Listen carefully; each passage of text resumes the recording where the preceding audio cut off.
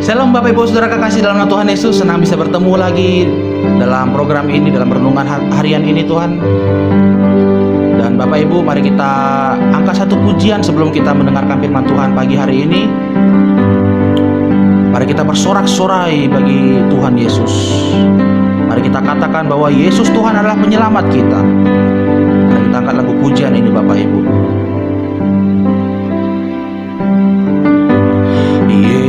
Yesusku, penyelamatku, tiada yang seperti Engkau.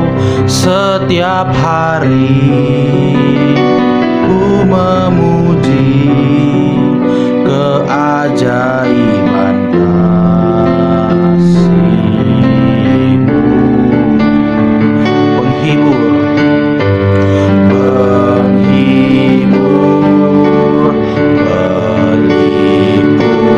menara kekuatan. Biarlah semua yang bernafas tak berhenti menyembah-Mu. Nyanyi dan bersorak, nyanyi dan bersoraklah bagi Dia. Pujian, hormat, kuasa bagi Raja. Gunung tunduk, laut bergelora mendengar ngara-Mu. Ku bersuka atas perbuatan-Mu, selamanya ku kasihi Engkau Tuhan.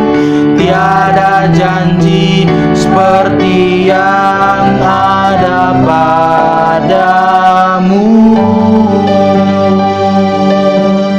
Mari kita angkat pujian dari awal Bapak Ibu. Yesusku penyelamatku, Yesusku penyelamatku, tiada yang seperti Engkau.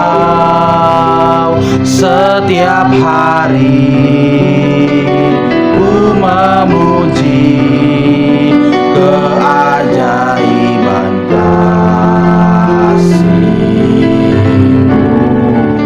Penghibur, pelindung,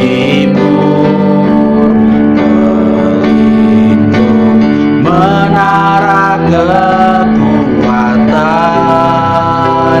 Biarlah semua yang bernafas tak berhenti menyembah-Mu.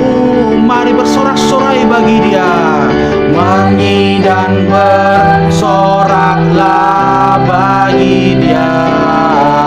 Pujian, hormat, kuasa bagi Raja. Gunung tunduk, laut bergelora mendengar suara-Mu. Ku bersuka atas perbuatan-Mu, selamanya ku kasihi Engkau Tuhan.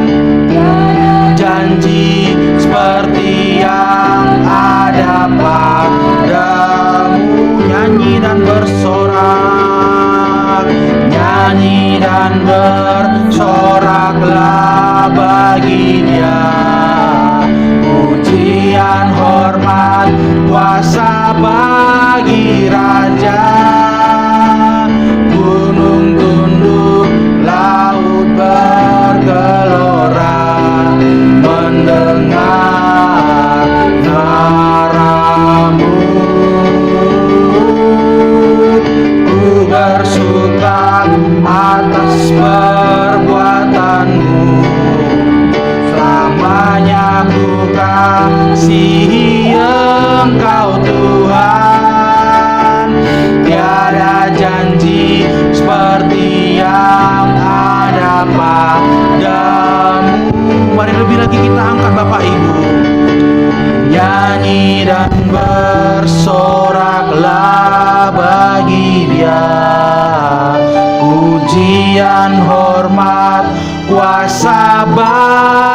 Raja, gunung tunduk, laut bergelora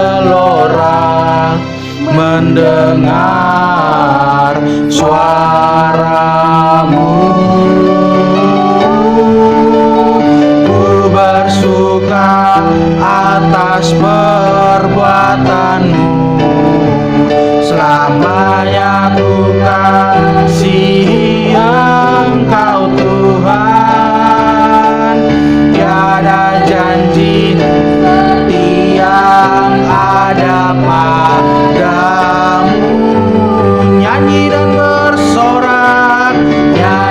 dan bersoraklah bagi Dia. Pujian, hormat, kuasa bagi Raja.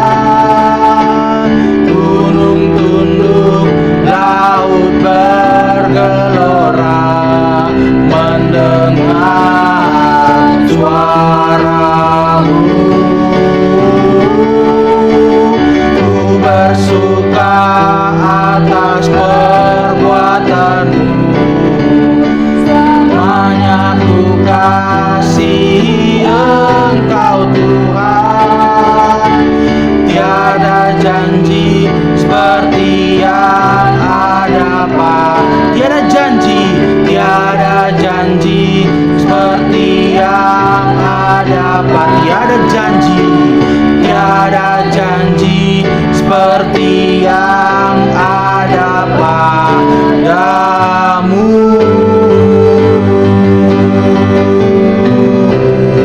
Tiada janji seperti yang ada padamu, Yesus. Janjimu kekal, janjimu ya dan amin Bapa. Haleluya, haleluya.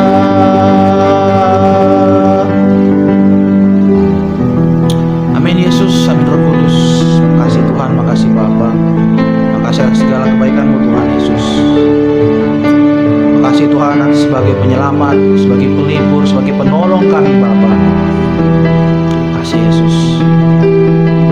Kami ingin bersorak-sorai lebih lagi Tuhan, bersorak-sorai memuliakan, meninggikan, menyembah nama-Mu yang kudus Bapa. Makasih Tuhan Yesus, makasih Roh Kudus.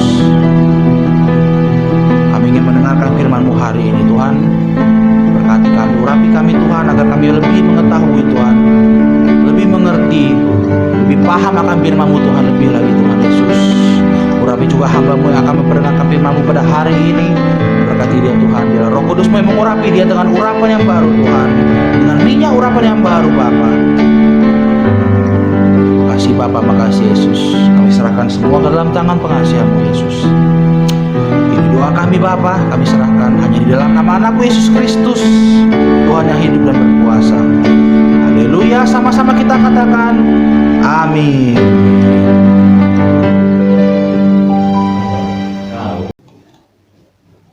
Salam saudara, apa kabar?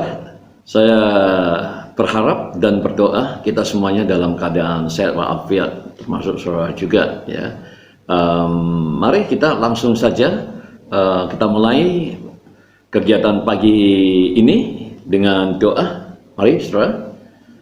Tak henti-hentinya kami mengucap syukur ya Tuhan karena kebaikan-kebaikan yang Kau limpahkan atas kami. Kami mengucap syukur karena Engkau baik ya Tuhan. Biarlah kiranya Bapa, pada pagi yang indah ini kami boleh mendengarkan lagi firman-Mu Tuhan. Urapi setiap kami, urapi hamba-Mu juga yang akan menyampaikan isi hati-Mu. Setiap kuasa-kuasa kegelapan yang coba untuk mengganggu jalannya ibadah pada pagi hari ini, kami patahkan, hancurkan di dalam nama Tuhan Yesus. Biarlah Tuhan Kau yang mengambil alih ibadah ini Tuhan, dan berbicaralah melalui hamba-Mu di dalam nama Tuhan Yesus. Kami berdoa dan mengucap syukur. Haleluya. Amin. Amin, saudara. Baik, saudaraku. Ya. Nah, pertama, I would like to welcome you. Saya ingin menyambut saudara sekalian, baik yang ada di Ubuk Barat, dari Sabang sampai ke Ubuk Timur, dari Maruke. Demikian juga saudara kita yang ada di luar negeri, terutama Malaysia, masih tetap menduduki urutan yang pertama, yang terbanyak yang mendengarkan pengajaran-pengajaran yang disampaikan melalui saluran khotbah pendeta ini. Kemudian disusul oleh Amerika, lalu Singapura, Taiwan, Timor Leste juga, dan negara-negara lainnya yang tidak saya sebutkan satu persatu, biarlah kiranya sukacita damai sejahtera Allah tercurah atas saudara sekaliannya. Amin, saudaraku. Demikian juga dengan saudara yang baru bergabung, saya menyambut saudara dalam saluran khotbah pendeta ini, tapi jangan lupa di subscribe dulu dan juga dinyalakan lonceng notifikasinya supaya begitu kami mengupload video-video baru saudara dapat temukan. Dan kalau saudara merasa diberkati, boleh juga dibagikan, dan itu juga bagian daripada pelayanan yang kita bangun bersama-sama ini. Amin, saudaraku, ya. Baik, saudara, sekarang kita masuk pada pembacaan Wahyu pasal 6, ya, dari ayat 7 sampai ayat 8, saudaraku, ya. Ini adalah sambungan dari Wahyu pasal 6 ayat 1 sampai ayat 6. Namun demikian, saudara, untuk mengingatkan kembali, untuk menyegarkan kembali, merefresh kembali, saudara, saya akan sampaikan dulu mengenai pengelompokan keenam meterai, saudara, ya. Jadi ini perlu kita pahami, saudara, walaupun kita nggak hafal, tapi kalau kita paham itu akan lebih baik, saudara, untuk memperkuat pemahaman kita terhadap kitab Wahyu ini, saudaraku, ya. Meterai pertama itu dicatat di dalam ayat 1 sampai ayat 2, itu perihal tentang pemenang. Lalu meterai kedua itu dicatat di ayat yang ketiga sampai ayat keempat, itu berbicara tentang konflik di bumi. Lalu meterai ketiga itu dicatat di dalam ayat 5 sampai ayat 6, berbicara tentang kekurangan di bumi. Lalu meterai keempat dicatat dalam ayat 7 sampai ayat 8, itu kaitannya dengan meluasnya kematian di bumi. Lalu meterai kelima itu dicatat di dalam ayat 9 sampai ayat 11, itu kaitannya dengan tangisan para martir, ya, para pahlawan iman yang memberitakan Injil damai sejahtera, tapi mereka mendapat siksaan, saudara, dari orang-orang fasik, orang yang tidak percaya, lalu mereka dibunuh, saudaraku, ya. Nanti itu juga akan kita pelajari, saudara, ya, apa yang terjadi sesungguhnya. Lalu meterai ke-6 dicatat di dalam Wahyu pasal 6 ayat 12 sampai ayat 17, saudara, yaitu gangguan kosmik. Ini berbicara tentang murka Allah. Saudara kasih dalam nama Tuhan Yesus, mari dibuka Alkitabnya. Kita akan lanjut saja, ya, yaitu yang pertama Wahyu pasal 6 ayat 7 sampai ayat 8. Di sana dikatakan ayat 7, dan ketika anak domba itu membuka meterai yang keempat, yaitu yang berkaitan dengan meluasnya kematian di bumi, aku mendengar suara makhluk yang keempat berkata, mari. Ayat 8, dan aku melihat sesungguhnya ada seekor kuda hijau kuning, dan orang yang menungganginya bernama Maut, dan kerajaan maut mengikutinya. Dan kepada mereka diberikan kuasa atas seperempat dari bumi untuk membunuh dengan pedang, dan dengan kelaparan, dan sampar, dan dengan binatang-binatang buas yang ada di bumi. Amin, saudaraku, ya. Jadi jelas, saudara, ya, di ayat yang ke-7 tadi itu, saudara, ya, banyak hal yang kita dapatkan dari pembacaan ayat tadi, saudara. Nah, saudara, di situ juga ada berbicara tentang warna, saudara, ya, warna, simbol warna, ya. Apa yang saya catat, saudara, itu ada istilah pucat, saudara, ya, dalam terjemahannya New King James Version. New King James Version ini adalah versi Alkitab yang ada ditulis dalam bahasa Inggris, saudara, seperti Alkitab kita juga, ya, begitu banyak versi dalam bahasa Indonesianya, demikian juga dalam bahasa Inggrisnya, saudara, ya, banyak juga versi-versinya. Tapi bagi saya selalu merujuk pada New King James Version. Mengapa, saudara? Karena bahasa-bahasanya menggunakan bahasa-bahasa kekinian, bahasa modern yang mudah dipahami, saudara, ya. Nah, bila kita merujuk pada terjemahan New King James Version, ya, yang dimaksud pucat tadi itu adalah hijau kuningan, saudara, hijau kekuningan atau warna putih pudar, saudara, ya. Dalam bahasa Inggris kita mendapatkan kata klorin dari kata Yunani, mungkin warna mayat, saudaraku, ya. Karena daftar arti kematian dalam ayat 8 dapat merujuk kepada mereka yang dibunuh atau dimakan oleh binatang liar yang merupakan salah satu kutukan perjanjian lama, saudara. Nah, jadi sebagaimana saya sampaikan sebelumnya, saudara, untuk membuka simbol-simbol sebagaimana yang dicatat di dalam kitab Wahyu ini, saudara, ya kadangkala ada hal-hal yang tidak kita pahami, saudaraku, maka kita harus merujuk pada perjanjian lama, saudara, atau kitab-kitab yang ada di perjanjian baru juga, saudara, ya. Jadi itu penting untuk kita lakukan untuk mendapatkan rujukan, saudara, sehingga terkuatlah, terjawablah rahasia-rahasia yang dicatat di dalam kitab Wahyu itu, saudara, ya. Jadi bukan karena kitabnya berbeda, ya, sebagaimana diasumsikan, ya, diduga, ya, diperkirakan oleh orang-orang yang ada di luar sana, saudara, yang mengatakan bahwasanya kitab orang Kristen itu tidak konsisten. Bukan tidak konsisten, saudara. Jadi setiap kitab dengan kitab yang lain itu justru saling mendukung, saling membantu, saudaraku, ya. Karena yang tidak kita temukan di satu kitab, kita dapat temukan jawabannya di kitab yang lain, saudara, ya. Mengapa bisa seperti itu? Karena sumbernya sama, saudara, ya. Yang menginspirasi itu adalah Roh Kudus, the Holy Spirit, saudara. Dialah sebagai inspiratornya, ya, yang mendorong orang percaya untuk menulis, saudara, apa yang disampaikan oleh Tuhan kepada jemaat-jemaatnya melalui hamba-hambanya. Amin, saudara, ya. Jadi tosa ragu dalam hal ini, saudara, ya. Di ayat 8 ada ayat yang berkata, orang yang menungganginya bernama maut dan kerajaan maut mengikutinya. Apa maksudnya, saudara? Ya, kalau kita baca sepintas lalu tentu kita tidak mengerti apa maksudnya, karena kita akan berpikir, ya, orang yang menungganginya bernama maut dan kerajaan maut mengikutinya. Apa maksudnya, saudara? Tentu kita nggak akan dapatkan maknanya, saudara. Tapi, ya, kita harus kembali merujuk pada perjanjian lama, saudara. Maka terpecahkanlah, ya, misteri atau simbol yang ditulis oleh Rasul Yohanes tadi itu, saudaraku, ya, sebagaimana dicatat dalam Amsal pasal 5 ayat 5 atau Hosea pasal 13 ayat 4, ya, saudara, ya.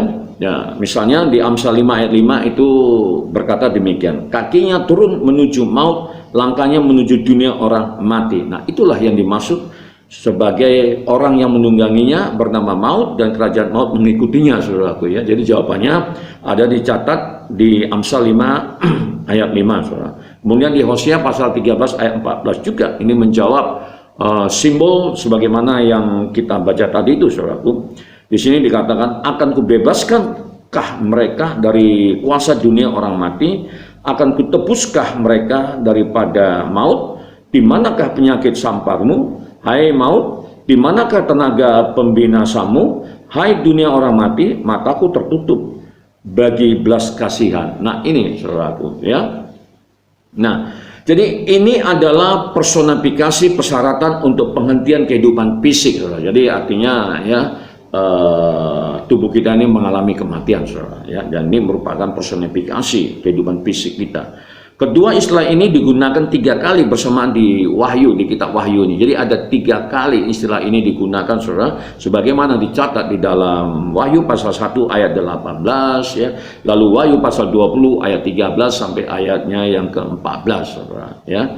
Istilah Hades adalah sinonim untuk istilah Sheol dalam perjanjian lama tadi, yaitu dunia orang mati, saudara, ya, yang berarti tempat tinggal orang mati, saudara. Nanti kita akan bahas secara khusus mengenai dunia orang mati, saudara. Ketika kita mati mau kemana roh kita pergi, saudaraku. Nah, kemudian, saudaraku, ya, di ayat 8 ada prasa atau ayat, ya, yang berkata, dan kepada mereka diberikan kuasa atas seperempat dari bumi. Nah, apa maksud ayat atau prasa ini, saudara, ya? Ada intensifikasi penghakiman dalam sangkakala, ya, yaitu sepertiga, sebagaimana dicatat di dalam Wahyu pasal 8 ayat 7, lalu ayat 8, ayat 10 sampai ayat 12. Nanti kita akan mengarah ke sana, saudara, ya. Ini kita baru di ayat ke-6. Ada kebinasaan dalam cawan, ya, sebagaimana dicatat dalam Wahyu pasal 16 ayat 1 sampai ayatnya yang ke-21. Pecahan ini adalah alat literatur untuk menunjukkan bahwa penghakiman Allah memiliki tujuan penebusan, saudara, ya. Sebagaimana dicatat dalam Wahyu pasal 9 ayat 20 sampai ayat 21, lalu pasal 14, saudara, ayat 7, lalu pasal 16 ayat 9 dan ayat 11. Tetapi manusia yang jatuh memberontak tidak akan menanggapi, meskipun beberapa meresponi sebagaimana dicatat di dalam Wahyu pasal 11 ayat 13. Nah, itulah makna daripada perasa dan kepada mereka diberikan kuasa atas seperempat dari bumi, saudara. Lalu berikutnya, saudaraku, ya, di ayat yang sama juga, ayat ke-8, untuk membunuh dengan. Nah, ini apa yang dimaksud dengan perasa untuk membunuh dengan, saudara? Nah, penjelasannya, saudara, ya, keempat penunggang kuda mewakili penghakiman perjanjian lama sebagaimana dicatat di dalam Imamat pasal 26 ayat 21 sampai 26, Yeremia pasal 15 ayat 2 sampai ayat 3, dan seterusnya. Banyak sekali, saudara, rujukan-rujukan ayatnya yang menjelaskan tentang makna untuk membunuh dengan tadi itu, saudaraku, ya. Kemudian juga ada istilah pedang, ya. Nah, istilah pedang ini berbeda dari ayat 4, ya, mengacu pada pedang untuk pertempuran besar yang dalam bahasa Yunaninya itu adalah rompaia, ya, rompaia. Semua empat dari penghakiman perjanjian lama, yaitu perang, kelaparan, wabah, dan binatang. Lihat tercantum dalam Imamat pasal 26 ayat 21 sampai 26 dan Yehezkiel pasal 14 ayat 21. Itulah makna, saudara, ya, simbol daripada pedang tadi itu, saudara, ya. Jadi ini berbicara tentang perang, kelaparan, wabah, dan binatang liar, saudara, sebagaimana dicatat di dalam Imamat pasal 26 ayat 21 sampai 26 dan seterusnya sebagaimana saya jelaskan tadi, saudaraku. Nah, penghakiman perjanjian ini jelas dibahas di dalam Ulangan pasal, ya, Ulangan 27 sampai Ulangan pasal 29.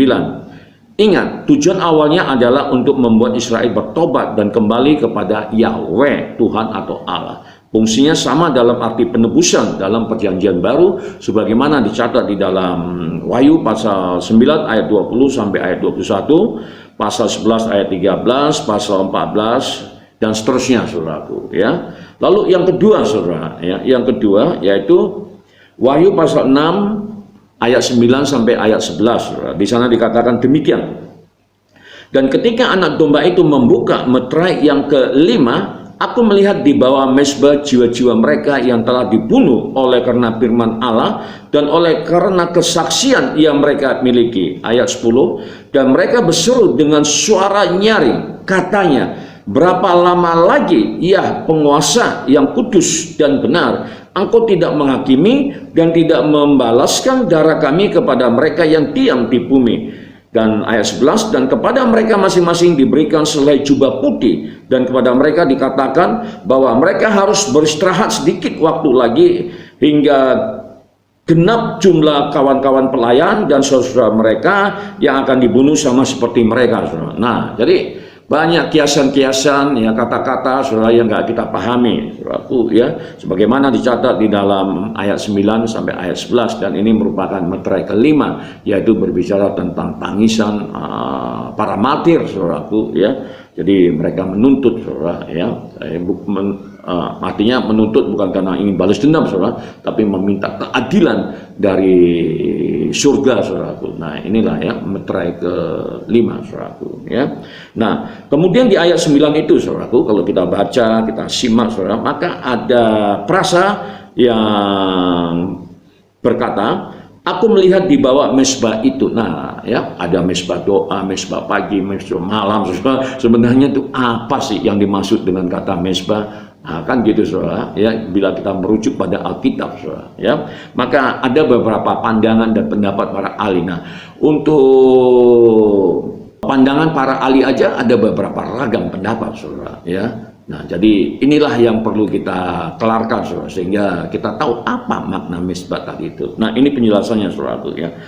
Ada beberapa pandangan tentang yang dimaksud dengan mezbah itu. Istilah mezbah digunakan cukup sering dalam kitab Wahyu. Nah, memang kalau kita membaca kitab Wahyu ini, saudara, sering kita menemukan, ya, istilah atau kata mezbah. Misalnya, ya, sebagaimana dicatat dalam Wahyu pasal 8 ayat 3 dan 5, Wahyu pasal 9 ayat 13, Wahyu pasal 11 ayat 1, Wahyu pasal 14 ayat 18, Wahyu pasal 16 ayat 7, saudaraku, ya. Jadi banyak kata mezbah di situ kita temukan, saudara.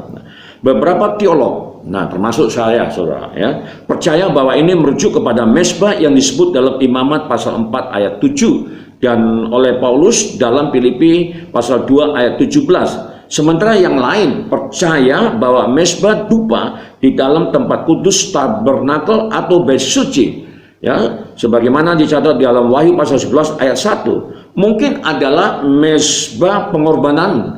Karena ada dua alasan, saudaraku. Yang pertama, para rabi melihatnya sebagai tempat kehormatan besar, dan yang kedua mengacu kepada kematian, yaitu darah para martir. Nah, ini yang dimaksud dengan mezbah tadi, saudara, ya. Lalu di ayat 11, saudara, di sana kita temukan frase yang berbunyi jiwa-jiwa yang telah dibunuh. Nah, ini apa yang dimaksud oleh penulis?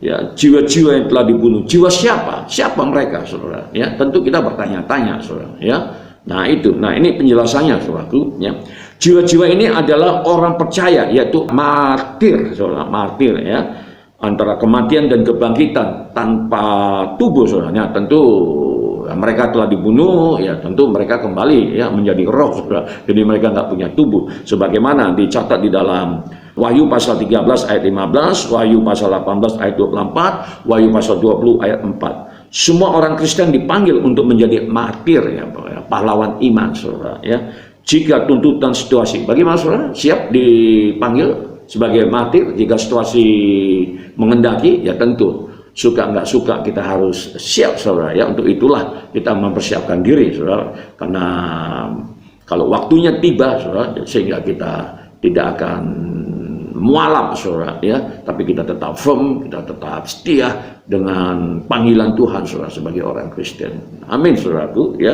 Nah, tampaknya tidak ada hubungan antara mereka yang tewas oleh 4 penunggang kuda, sebagaimana dicatat, ya, dalam Wahyu pasal 6 ayat 1 sampai 8 dan para martir, saudara. Jadi metrai kelima tadi itu berbicara tentang tangisan para martir, saudara, ya, dan mereka tewas, mereka mati karena iman mereka terhadap Yesus Kristus dalam pemberitaan berita Injil sukacita damai sejahtera, saudara. Tapi kalau kematian yang dicatat dalam Wahyu pasal 6 ayat 1 sampai 8 ini karena wabah, karena sampar, saudara, dan lain sebagainya. Jadi nggak ada hubungannya, saudara, ya.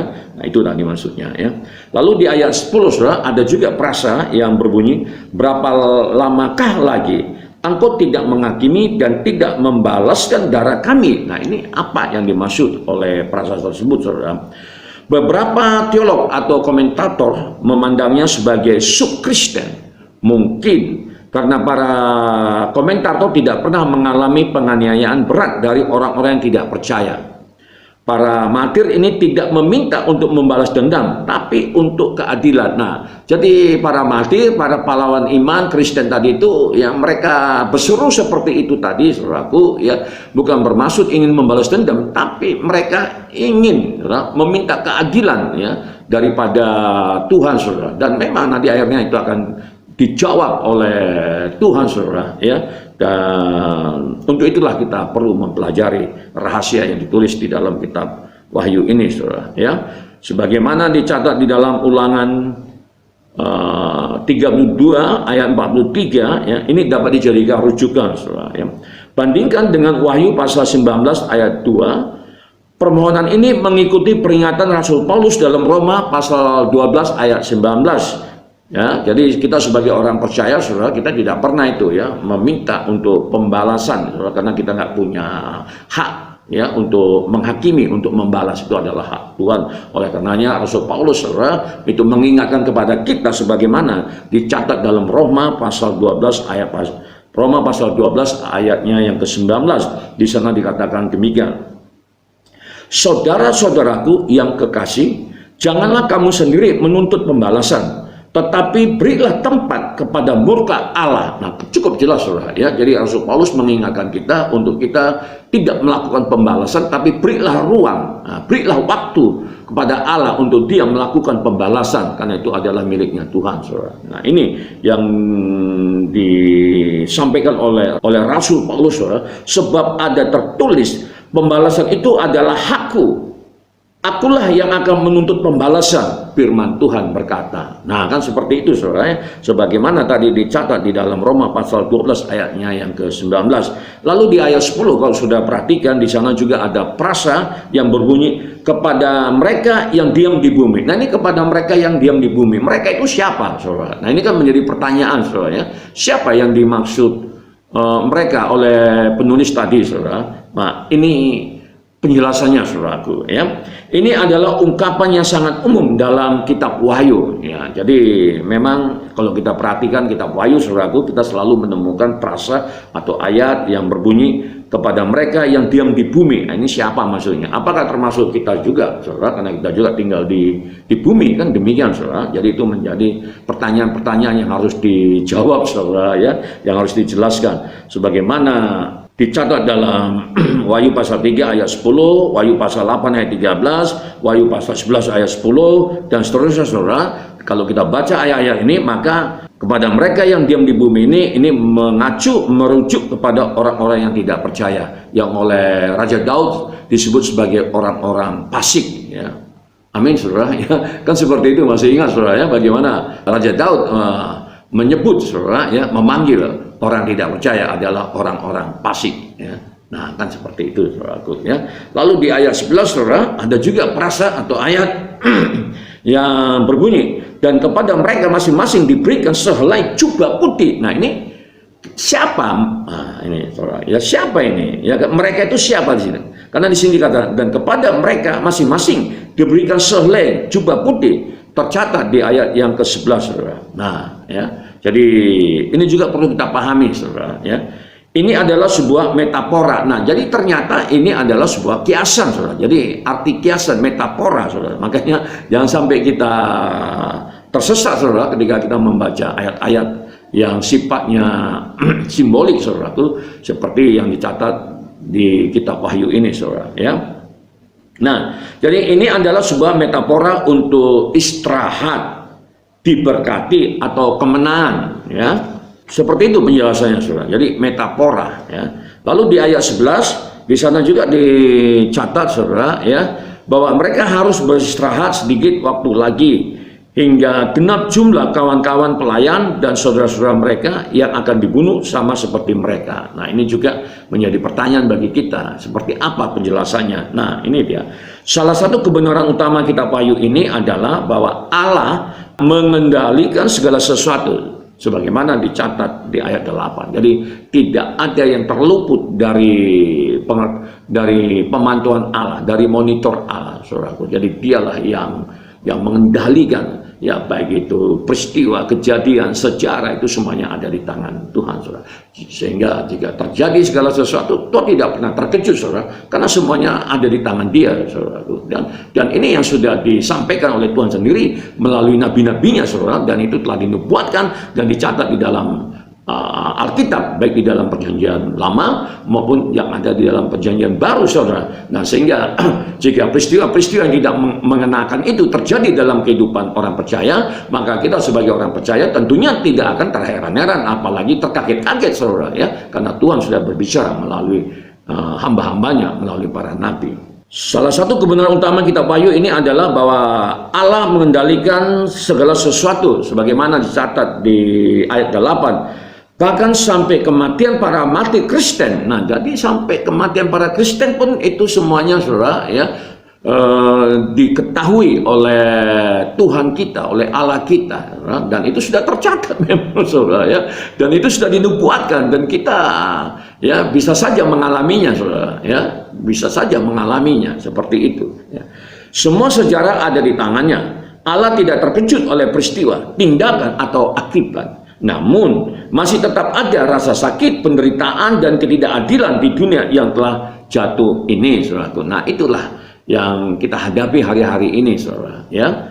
Nah, konsep sejumlah martir adalah cara simbolis mengacu pada pengetahuan dan rencana Allah bagi umat manusia. Mirip dengan konsep Paulus tentang kepenuhan orang-orang yang tidak percaya, sebagaimana dicatat di dalam Roma pasal 11 ayat 12 dan ayat 25. Nanti saudara bisa buka ya, mengenai di sana ada penjelasan tentang martir tadi itu, saudara, ya, yang mengacu pada pengetahuan Allah tentang semua bangsa-bangsa lain yang akan diselamatkan, saudara, ya. Jadi dia memang perlu darah martir, ya, saudaraku, ya. Saya kalau membaca tulisan-tulisan pelayanan yang dilakukan saudara-saudara seiman kita di Cina, saudara, ya, bagaimana mereka berjuang, saudara, ya, untuk memberitakan Injil damai sejahtera di Cina, saudara. Karena kita tahu Cina itu adalah negara komunis, saudara. Sehingga kekristenan itu dilarang, saudara. Memang ada gereja yang diakui oleh pemerintah, oleh negara, saudara, tapi pengajarannya tidak murni karena negara itu menyusupkan, ya, doktrin-doktrin, saudara, ya, doktrin negara tentunya yang harus diikuti oleh orang percaya, saudara.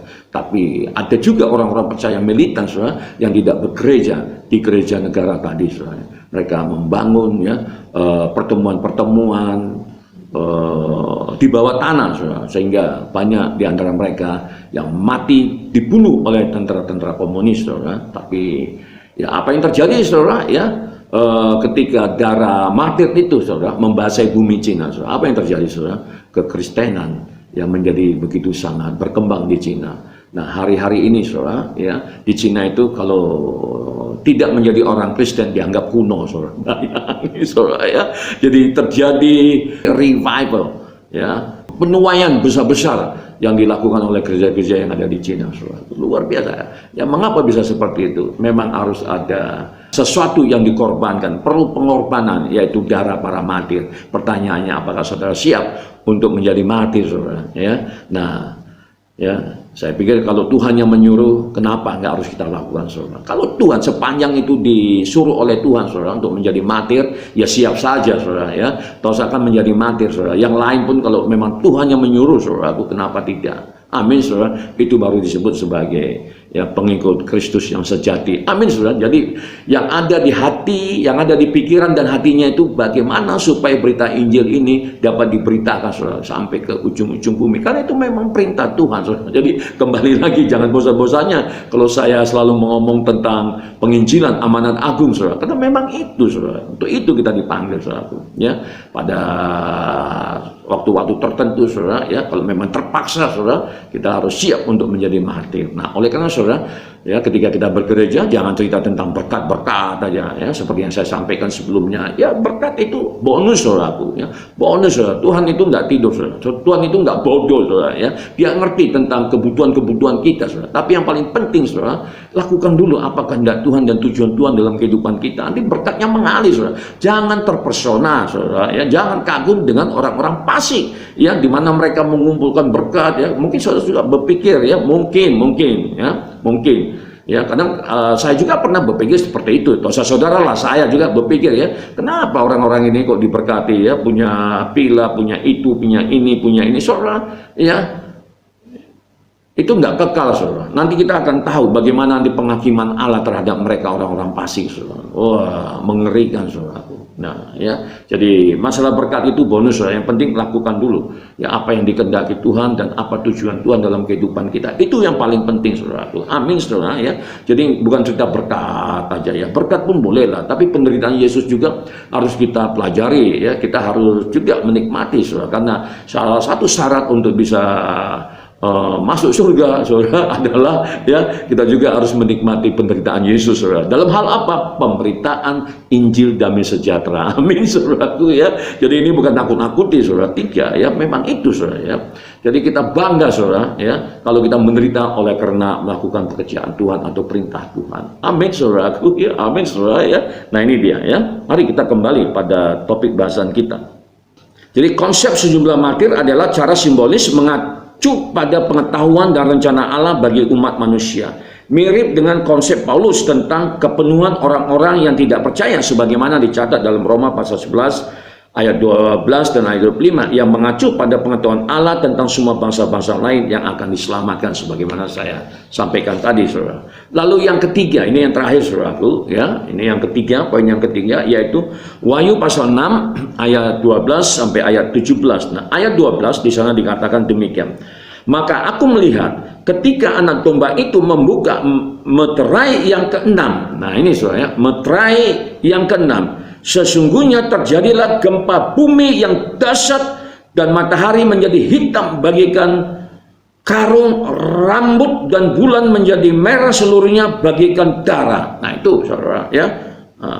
Ayat 13, dan bintang-bintang di langit berjatuhan ke atas bumi bagaikan pohon ara menggugurkan buah-buahnya yang mentah apabila ia digoncang angin yang kencang. Ayat 14, maka menyusutlah langit bagaikan gulungan kitab yang digulung dan tergeserlah gunung-gunung dan pulau-pulau dari tempatnya. Ayat 15, dan raja-raja di bumi dan pembesar-pembesar serta perwira-perwira dan orang-orang kaya serta orang-orang berkuasa dan semua budak serta orang merdeka bersembunyi ke dalam gua-gua dan celah-celah batu karang di gunung. Ayat 16, dan mereka berkata kepada gunung-gunung dan kepada batu-batu karang itu, runtuhlah menimpa kami dan sembunyikanlah kami terhadap dia yang duduk di atas tahta dan terhadap murka anak domba itu. Ayat 17, sebab sudah tiba hari besar murka mereka dan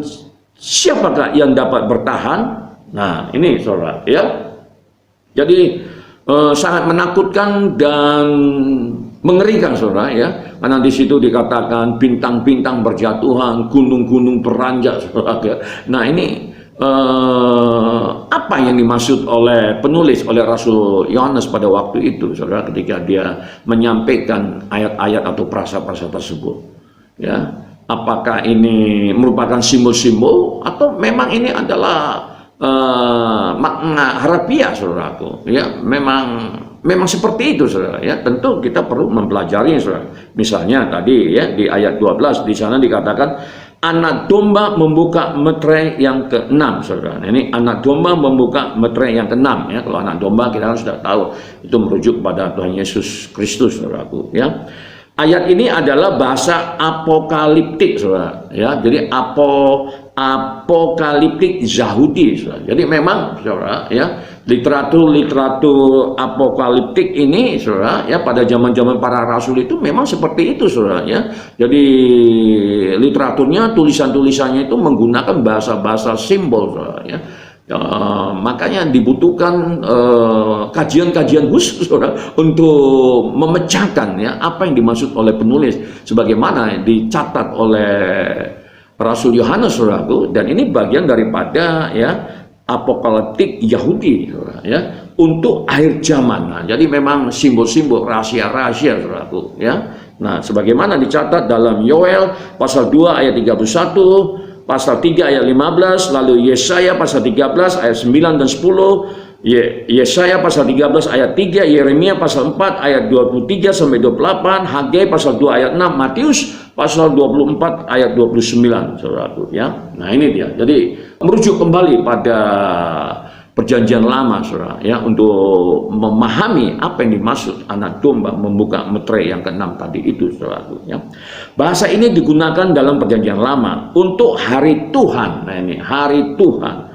Penggunaannya di sini dalam meterai yang ke-6 dan kemudian dalam sangkakala ke-6 adalah satu alasan. Saya percaya bahwa masing-masing seri ke-7 terakhir dengan akhir zaman saudara. Nah, jadi nanti pada seri ke-7-nya saudara, ini akan berbicara tentang akhir zaman saudara ya.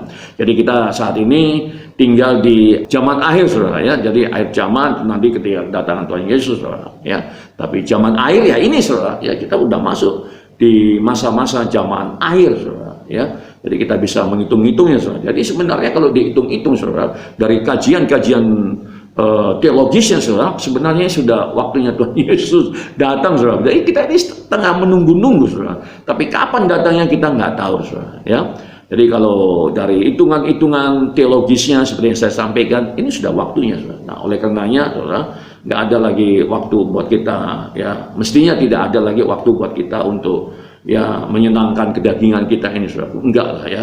Ya apalagi kalau saudara usianya sudah kepala 4, kepala 5, 6, 7, 8. Saya pikir ya inilah waktunya ya. Itu juga untuk yang muda, tidak ada jaminan kalau saudara ya bisa hidup sampai usia yang 120 tahun atau usia 70 seperti itu. Enggak ada jaminan, dan ini rahasia, tidak ada satu orang pun yang tahu. Tapi dalam kehidupan beragama itu, dalam mencari wajah Tuhan itu, kita harus berpikir berpandangan seolah-olah besok Tuhan akan datang. Itu yang membuat kita bergelora, saudara. Amin, saudara. Ya, nah itu ya.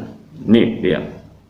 Ayat 12, saudara. Ya, ayat 12 ada juga di situ perasa atau ayat yang berbunyi, sesungguhnya terjadilah gempa bumi yang dahsyat. Nah ini apa lagi yang dimaksud? Ya, sesungguhnya terjadilah gempa bumi yang dahsyat, ya. Ada banyak gempa bumi yang disebutkan dalam kitab Wahyu ini, saudara, sebagaimana dicatat dalam Wahyu pasal 8 ayat 5, Wahyu pasal 11 ayat 13, ayat 19, Wahyu pasal 16 ayat 18, saudara. Sangat menarik untuk dicatat bahwa ada 7 aspek akhir zaman, saudara. Nah itu ya, peristiwa apokaliptik, saudara. Jadi peristiwa apokaliptik ya. Ada juga 7 kategori yang berbeda yang tercantum dalam ayat 15, saudara. Ini adalah satu lagi contoh pola literatur apokaliptik yang sangat struktur, saudara, ya, sebagaimana dicatat di dalam Wahyu pasal 5 ayatnya yang ke-12, saudara. Nah ini perlu kajian yang lebih mendalam lagi, saudara, ya, nanti kita akan bahas secara khusus, saudara. Jadi ini biarlah dulu ya, ini bisa kita namakan, saudara, kita sebut sebagai pengantar, saudara, ya. Tapi kalau saudara nanti rindu lebih dalam lagi, kita akan bahas secara khusus, saudara. Yang paling penting saudara sudah mengenal istilah-istilah apa yang disebutkan di dalam kitab Wahyu pasal 6 tadi itu, saudara, ya, pasal 5, pasal 4, saudara, ya. Tuh, kalau kita sudah terbiasa dengan istilah-istilah itu, saudara, maka ini akan memudahkan kita untuk kita mendalami pasal-pasal berikutnya daripada kitab Wahyu ini. Amin, saudara, ya. Lalu di ayat 12 di situ juga ada prasa atau ayat, saudara, yang berbunyi, matahari menjadi hitam dan bulan menjadi merah, seluruhnya bagaikan darah. Nah kita kan bingung, saudara, ya. Ya, benarkah seperti itu? Kan gitu, saudara, tuh, ya. Ternyata, saudara, kalau kita mempelajari ya apa yang dimasukkan oleh penulis, saudara, maka jawabannya kita temukan di Perjanjian Lama, saudara. Jadi kembali kita merujuk pada Perjanjian Lama, saudara. Memang kita harus puas, saudara, ya. Jadi bukan berarti kalau kita hidup di dalam Perjanjian Baru lalu bacaan kita hanya Perjanjian Baru aja, lalu Perjanjian Lama kita abaikan. Enggak bisa, saudara. Ya, kita tidak akan dapat inti pengajaran itu, karena intinya, dasarnya itu ditulis di dalam Perjanjian Lama, saudara. Oleh karenanya survei Perjanjian Lama itu memang betul-betul harus kita kuasai, kita pahami kalau kita ingin paham tentang isi Perjanjian Baru. Amin, saudara, ya.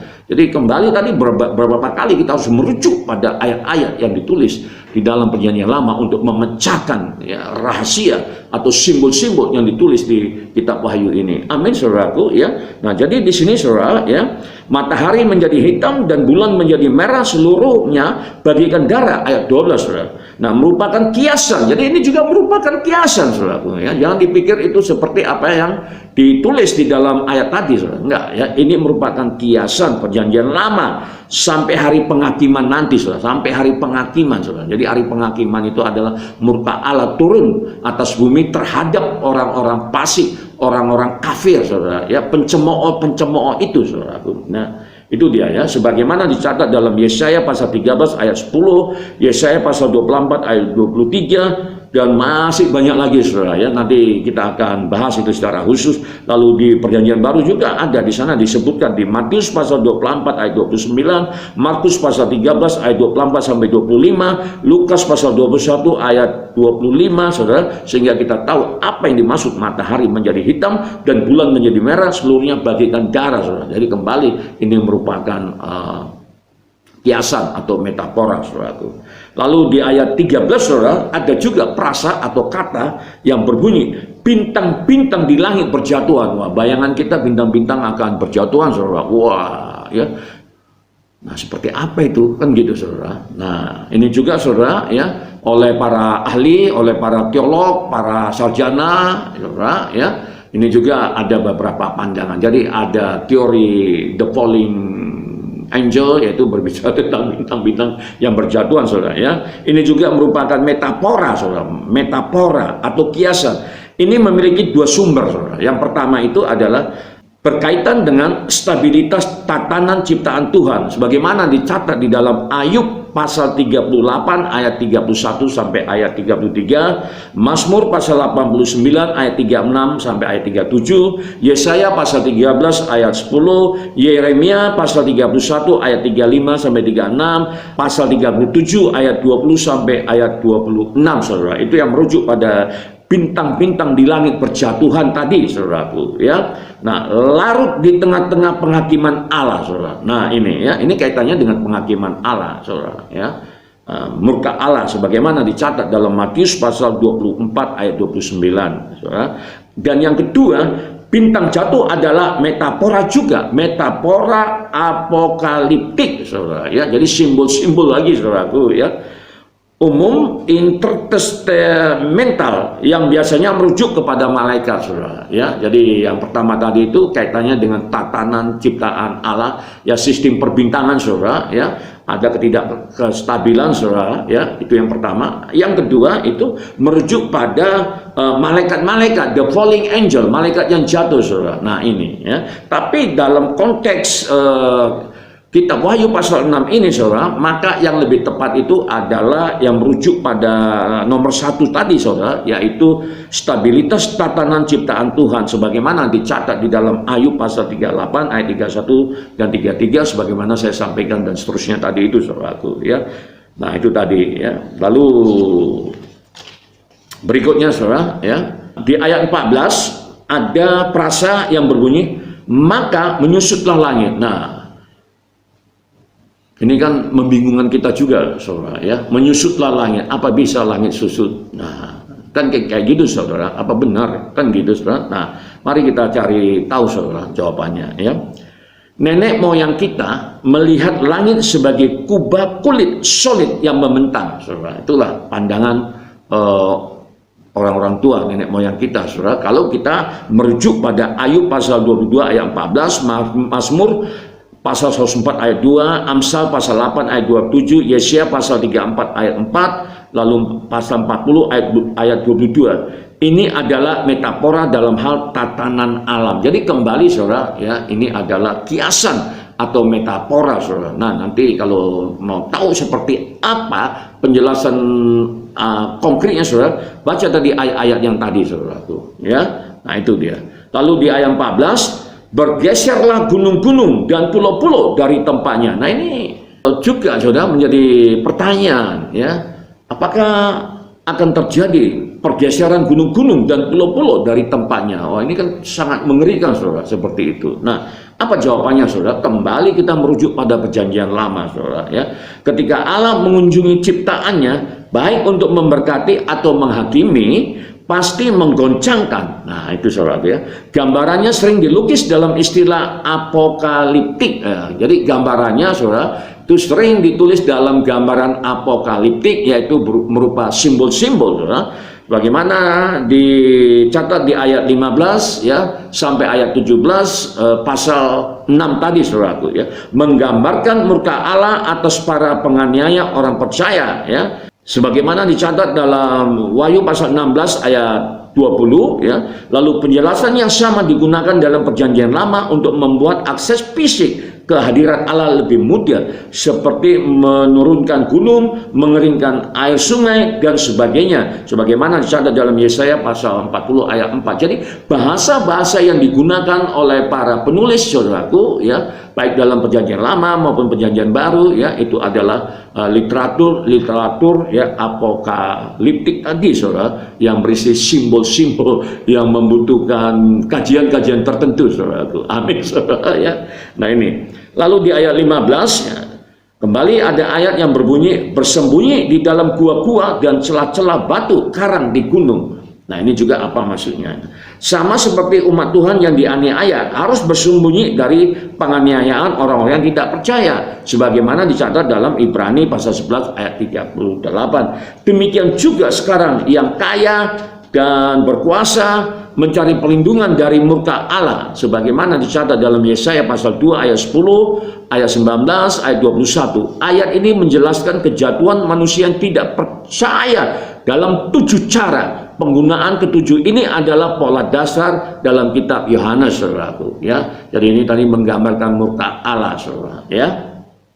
Lalu ayat 16, saudara, runtuhlah menimpa kami dan sembunyikanlah kami terhadap Dia yang duduk di atas tahta. Nah, ini juga apa maksud daripada ayat ini? Ini merupakan kiasan. Nah, jadi ini juga merupakan kiasan, saudaraku, yang berbunyi, runtuhlah menimpa kami dan sembunyikanlah kami terhadap Dia yang duduk di atas tahta, saudara, ya. Jadi ini merupakan kiasan pada Hosea pasal 10 ayat 8, Yesaya pasal 2 ayat 19, ayat 21, dan Lukas pasal 23 ayat 30. Perhatikan bahwa murka bapa dan anak terkait saat mereka menyesalkan apa yang terjadi pada keluarga seiman mereka. Mereka bertindak dalam sejarah untuk membela umat Allah yang setia dan menghukum para pemberontak, sebagaimana dicatat dalam Galatia pasal 6 ayat 7, saudaraku, ya.